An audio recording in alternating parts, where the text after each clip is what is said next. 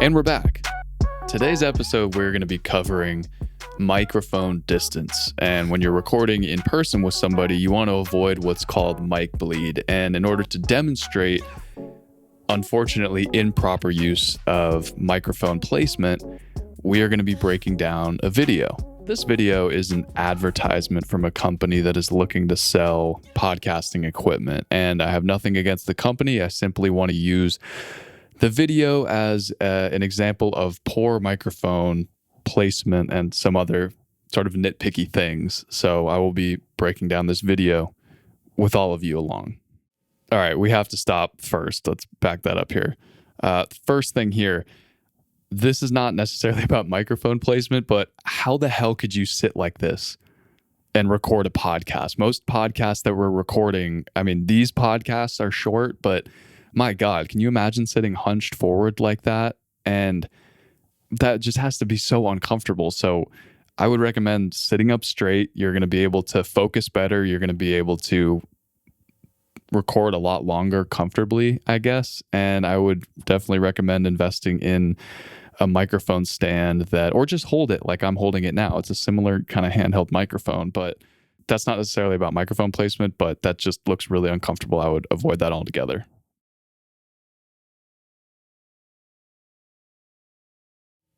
Boom, look at that microphone placement. She's right in front of the microphone. She's got it at a good level to where she doesn't have to get hunched over. And again, I've talked about this in previous posts, videos, newsletters, podcasts. You don't necessarily need to be in a perfect studio treated environment in order to get good sound. This woman here is clearly, it looks like in her kitchen, and similar to I'm in now, I'm in my office. There's zero sound treatment in this room, and I'm still able to capture good sound because correct microphone technique, correct microphone placement. And obviously you don't want to have fans on, air conditioners on, but again, we'll get to the microphone placement here in just a second. Boom, right there. Right there. That is what we would call being way too fucking close to each other. I get it. They're recording in a camper and it's open in the back, leading you to suffer from the elements of outside, meaning there's going to be, you can't control what's happening in terms of sound outside. But anyway, these microphones are placed way too close together. You want to be not this close. I would recommend being at least 2 or 3 feet away from each other. The microphones specifically need to be 2 to 3 feet away from each other.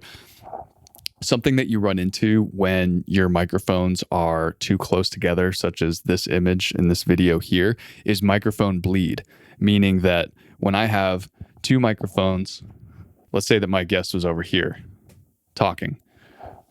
When I'm speaking, my audio is also being picked up by this microphone here. And so it's going to create an extra level of echo because this microphone audio is now being doubled up.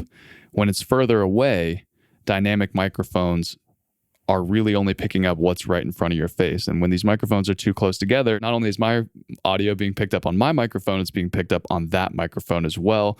And from a production standpoint, that's just not going to give you a clean sound. You're either going to have to go in manually and remove all of the audio from when that person is not speaking and my audio is being picked up there, or you're just going to have to get really fancy with the plugins that you're using. And it's going to be a nightmare for everybody, and the listener included, because you're not going to get the best quality audio that you could be getting.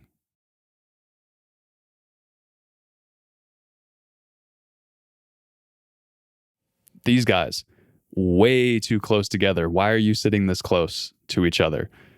You're sharing one corner of a table.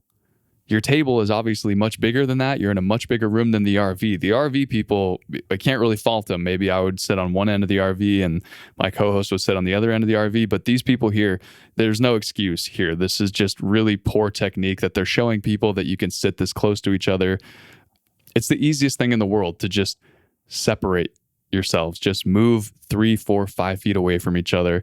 You can always zoom out on the camera if you're recording a video podcast, or you can do a multi-angle camera shot if you're doing a video podcast. But this is just not a great way to market yourselves as, hey, we really know what we're doing with selling professional audio gear. And unfortunately, I really hope that's not in the way. Unfortunately, this just is really amateur, and hopefully this is somewhat helpful to people to know that this is not how you want to set up your podcast. You want to be, again, 3, 4, 5 feet away from each other to avoid the microphone bleed. And so you're really only capturing your voice, your audio into your microphone, and it's not being picked up by that other one. And the same thing for them. Their audio is not being picked up on my microphone because I'm at a correct distance away. This is what's really going to give you that really next level of professionalism in your final audio product that's going out to listeners. And just incremental changes like that can make a night and day difference in the quality of the product that you're putting out. So that's the entire video. I don't want to put that company on blast, or